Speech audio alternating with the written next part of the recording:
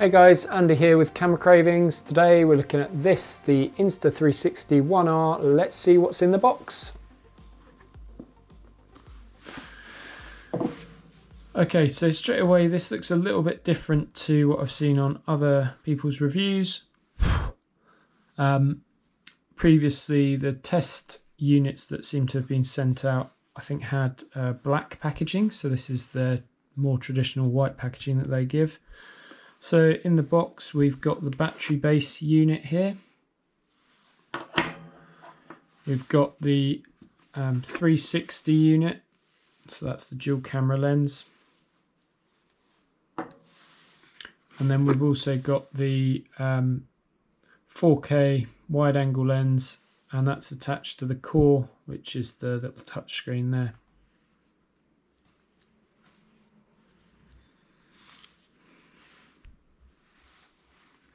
So let's just put those there for a minute.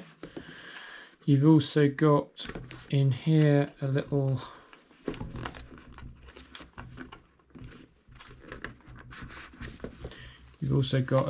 box in here, which I presume is going to include, I have to say, I do get annoyed with the amount of packaging that these things have. It's way too much. Please, Insta360 and other companies, can you slim down some of this packaging? It's just ridiculous. So we've got charge cable, that's a USB-C, so that's an improvement from the Insta360 ONE X, sorry. I'm just going to call them the ONE X and the ONE R from now on because it's easier. So the ONE X had a micro USB connector, so that's much better.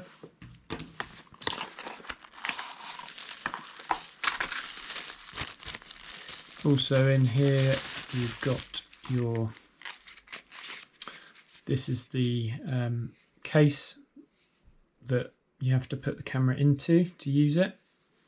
There's no longer a 1/4-20 mount on the bottom of the camera. It would have been nice to see one on the bottom of the battery. Maybe they'll do that in future. So we'll put that there. We've then got the lens cap for the 360 mod. And then in here we have, okay, that's good. So they supply you with a GoPro style 1/4-20 to GoPro mounting thing. Although I'm quite surprised that that's not particularly short, but maybe it's because the camera's quite wide. Yeah, I think it is. Okay, so anything else in here? No, I think that's our lot. Okay, so that's all good. Oh, and then you've obviously got the stickers, a little lens wipe cloth, and then your guide to waterproofing the camera, and also user manual, quick start guide, all of that good stuff. So there we go. So we can see that the core has a little connector on there, and that's how the battery then connects in. So you line up this piece with that piece. I'm going to try that now.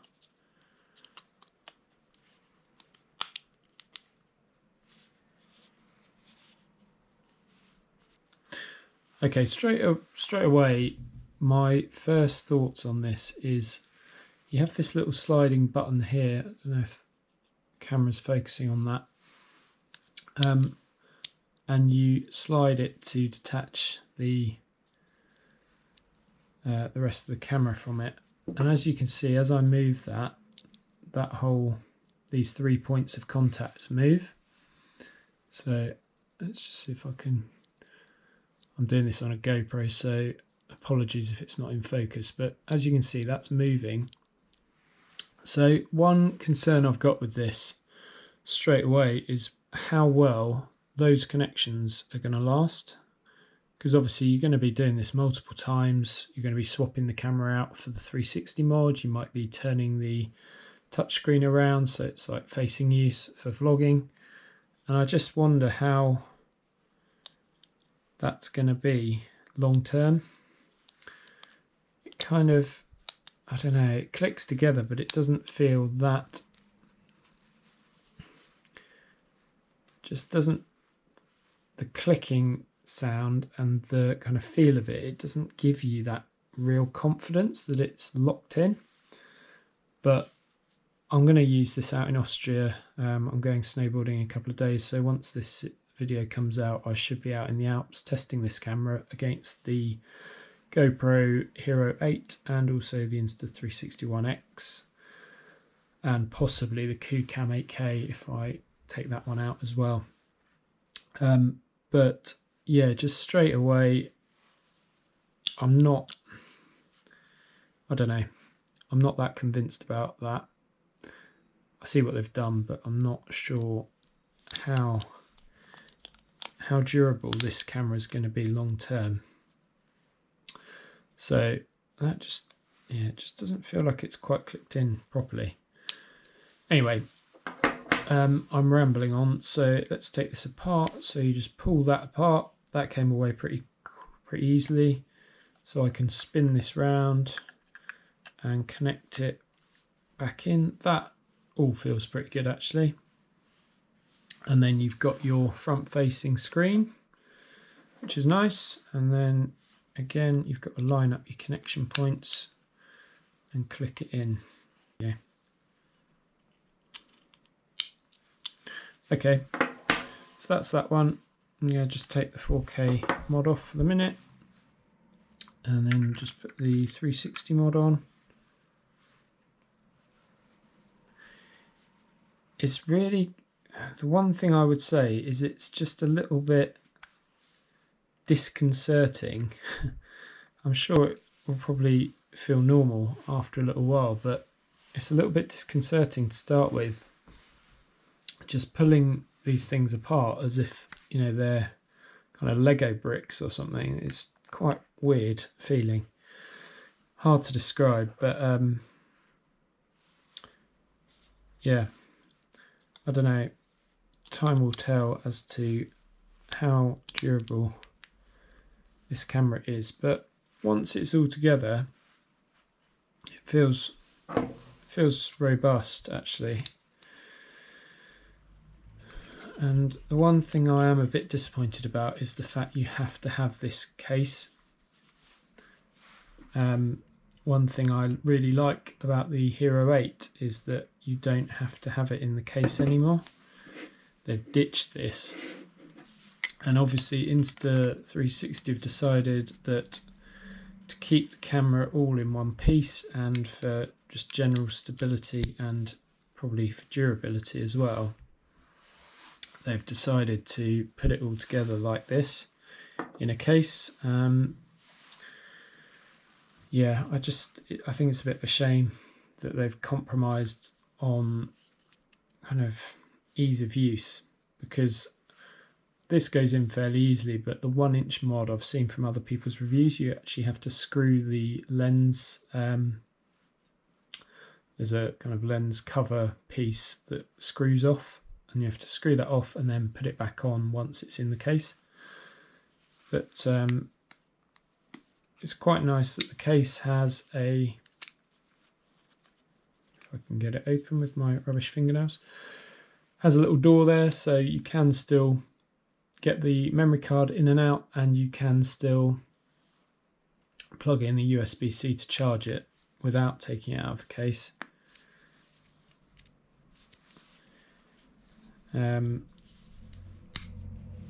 My only thing with that is, as you can see there, I've tried to shut that. I don't know if you can pick that up on the camera, but it's not properly shut. So it wouldn't be waterproof in that position. Now they say it's only waterproof if that yellow line isn't showing,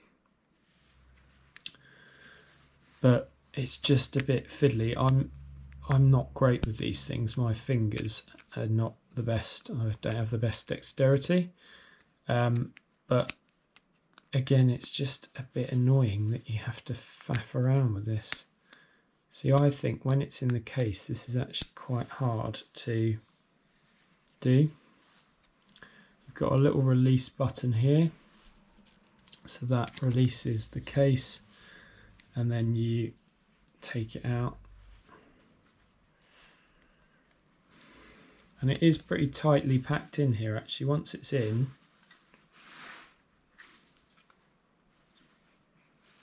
it's actually quite hard to get out.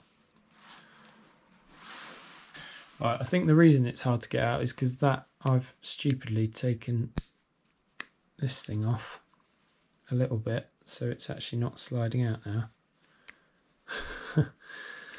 So this is quite entertaining really, because I'm trying to just give you a quick demonstration, and already I've come into my first problem, which is I've tried to open this door, and now I can't get it out of its actual housing because that door's not shutting properly. Right, I think that is shut now. So the camera should then come out right, so it slides out easily then. So that is probably my own stupidity, but it does show you kind of how this camera may be a little bit fiddly to start with, at least. I think GoPro have been guilty of this in the past, and even the door on the GoPro 8 now isn't brilliant, but I think Insta360 need to realise that these things are really important, and hopefully once I've used this a little bit it will be easier, but at the moment it is just quite fiddly. That you almost need to push it in and then push it right in and then click the thing across. But again, that's meant to be waterproof. This whole thing is meant to be waterproof, so it'll be interesting to see. I'm going to chuck it in a load of snow once I'm out in Austria and see, once the snow melts, just let it melt over it and see where the water ends up. But I've seen from other people's reviews that you end up with water under here and water under here, and you have to kind of give it a little pat down, dry it off, and then it's all good. But I think it's definitely going to require a little bit more care possibly than the GoPro Hero 8 does, for example.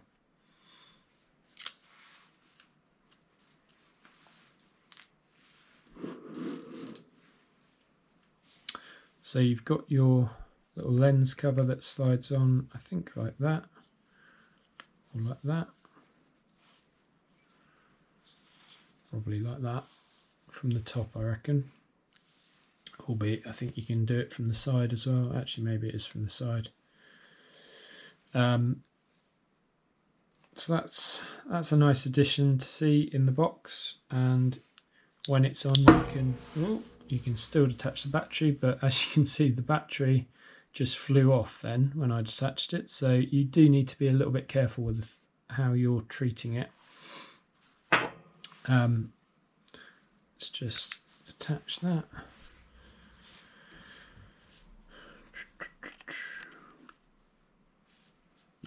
So I'm just going to pop the 4K wide angle on and then get the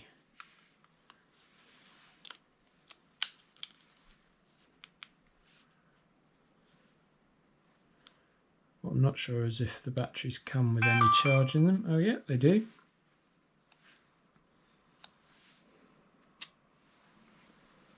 So let's just quickly set this up, see how the touchscreen is.